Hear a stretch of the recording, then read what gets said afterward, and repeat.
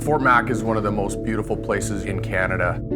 88,000 people, surrounded by the boreal forest, an outstanding sense of community.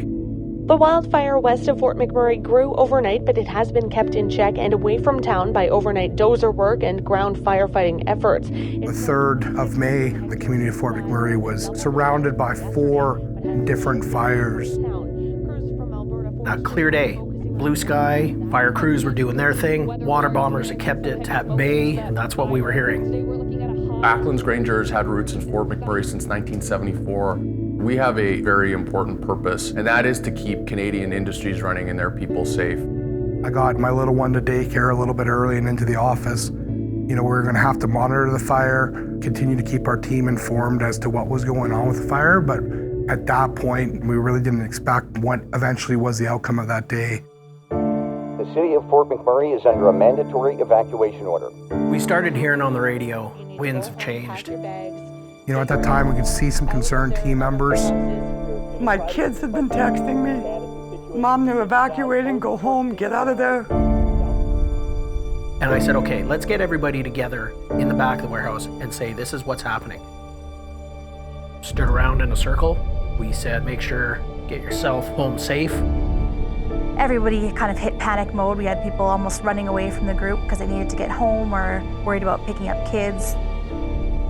At that point, we decided, everybody go home. I got home, I had 15 minutes in the house. The police were going around and saying, get out now. The grass was starting to catch fire, flames coming toward us, just black like it's nighttime. I don't even remember driving. I just was like on autopilot. Driving out of the city was apocalyptic. Flames, 50 feet high. And I'm by myself, I'm panicking. I've never been so scared in my life. Stop, take a breath. 88,000 people to head down the highway and get to safety. All I'm hearing is exploding gas tanks, police on every corner. I just don't know how it got that out of control that quickly. And it was a disaster that, you know, not in my lifetime I thought I would ever witness.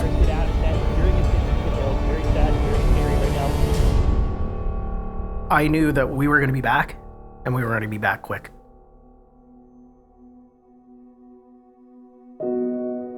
So Mother's Day was the day we came back to Fort McMurray. My wife's 3rd Mother's Day. Okay, hold on a sec. As a wife, it was terrifying to know that, you know, the fire is still raging in town and here's your husband on the ground. At the same time, we were proud. We knew that it was where he needed to be. A little bit of a tough day leaving, of course. It's a day you always want to spend with your wife. Got the call that we were going back up, and I wanted to be part of that. We're doing something to make the community better. We're here to help the people get the supplies they need so they can save our town. Made me very proud to be part of this team. We met in Edmonton. The order had already been placed within the distribution center. It was supply run and go. We have a history of supporting, unfortunately, a lot of tragedies over the years, and as such, we received an essential services status.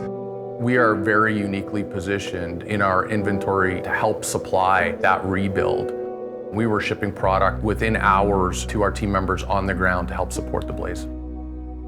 Closer to Fort Mac, we started to see countless numbers of police vehicles. It was drifts of smoke coming across the highway, trees still on fire. Driving back in was probably one of the hardest things I'd ever done. You're driving down the road and there's like literally nothing. And just knowing so many people have lost everything. And I bawled because I thought of my kids' baby pictures that I didn't grab. You almost felt guilty because your house was still standing and so many of your friends, co-workers lost everything. The place I was in burnt down. I had nothing but just what I had with me. Everything you own is just dust, basically, so I don't know. I'm sorry, I don't even know how to put it into words. How do you pick up the pieces? Where do you start? So So we knew coming into Fort Mac that our building was in pretty good shape and a safe place for us to work. Kind of started to sink in that we were here to do some really important work and help the community get back up and running, and there was definitely a sense of pride around that. Once word got out, it got busy. We brought in a trailer and a half of material, and it was in, out, in, out. You didn't get a ton of sleep. It was long days, long hours. We're open 24/7. If they needed something, they could call us. Even if we're in our pajamas, we'd come down and open the doors and find what they needed. We knew it was important, and that's why we were here. I would say on a normal given day, I don't sleep in my office, but there was 14 nights in the month of May and June that I did sleep in an office. It was definitely like camping, but in your office. The feeling at headquarters and at branches all around the country was a buzz.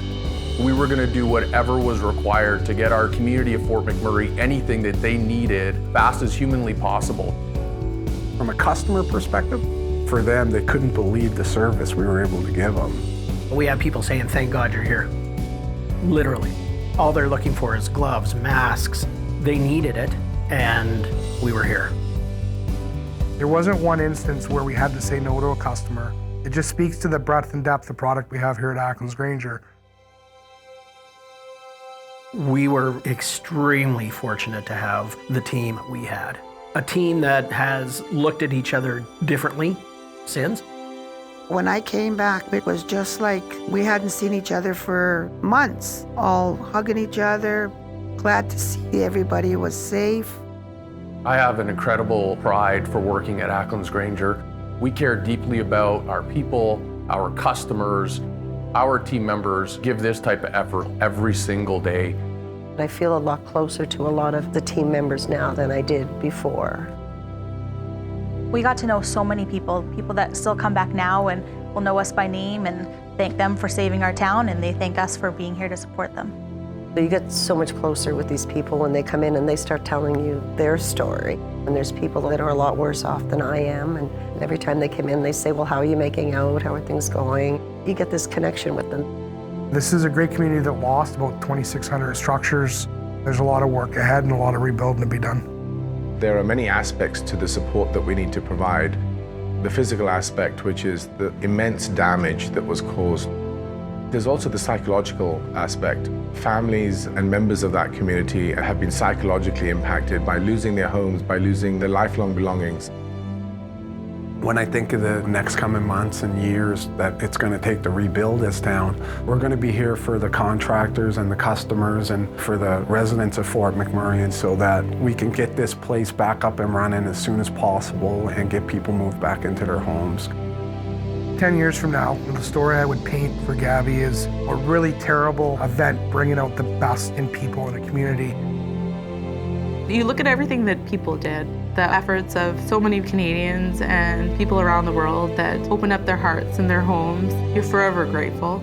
On behalf of everybody in Fort McMurray, thank you. We're still here, we're still strong. We're not going anywhere. This is home.